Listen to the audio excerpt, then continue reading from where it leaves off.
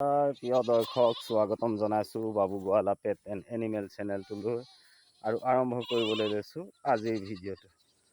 তো আহক চাওঁ আজিৰ ভিডিঅ'টো চাই আনন্দ উপভোগ কৰাৰ লগতে ছাগলীয়ে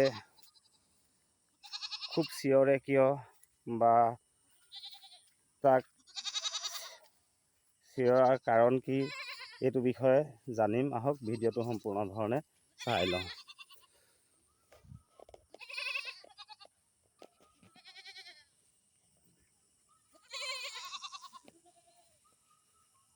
তো এইজনীহে কি সুন্দৰ সুন্দৰ ছাগলী দেখিছে নহয়।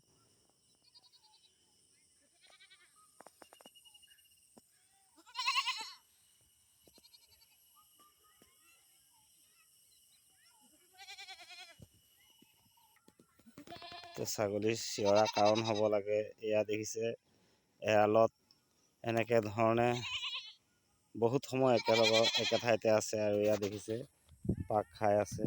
তো এনেকুৱা কাৰণতো ছাগলীয়ে চিঞৰ বাখৰ কৰিব পাৰে। তো এইখিনিৰ ওপৰত নজৰ দিব লাগিব।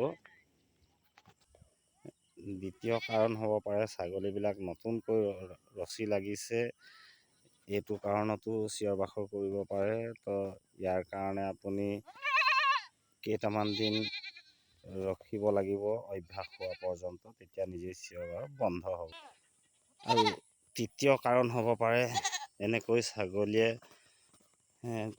ঘাই ছাগলীয়ে পোৱালীক গাখীৰ খুৱাবলৈ নাপালেও চিঞৰিব পাৰে। তেনেকুৱা অৱস্থাত পোৱালি আনি গাখীৰ খুৱাই দিব লাগিব, নতুবা গাখীৰ খীৰাই দিব লাগিব। তেতিয়াও আপোনাৰ ছাগলী চিঞৰ কমি আহিব পাৰে। আৰু নহ'লে 4 নম্বৰতে যদি এনেকৈ ছাগলীয়ে নেখায় নকৰি চটবটাই থাকে আৰু চিঞৰ বাখৰ কৰি থাকে, তেতিয়া হয়তো জানিব তাই ঘাই খোৱাৰ সময় হৈছে নেকি। তেতিয়াহ'লে ঘাই যোগাৰ দিব লাগিব। তেতিয়া নিশ্চয় তাই শান্তি পাব আৰু খোৱা বোৱা ইত্যাদিতে মন বহাব আৰু চিঞৰো বন্ধ হ'ব। আৰু যদি এনেকুৱা সকলোখিনি কৰাৰ পিছতো যদি আপুনি ছাগলীৰ চিঞৰ থাম কটাব নোৱাৰে, তেতিয়া পশু চিকিৎসালয় আছে আৰু পশু চিকিৎসালয়ৰ চিকিৎসকৰ পৰা পৰামৰ্শ ল'ব। আশা কৰোঁ আপোনাৰ ছাগলীৰ চিঞৰ নিশ্চয় ঠিক হৈ যাব। তো আজি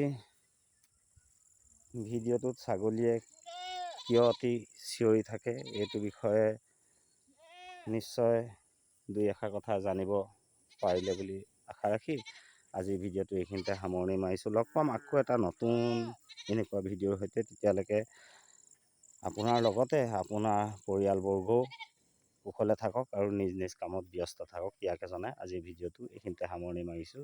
জয় আই অসম।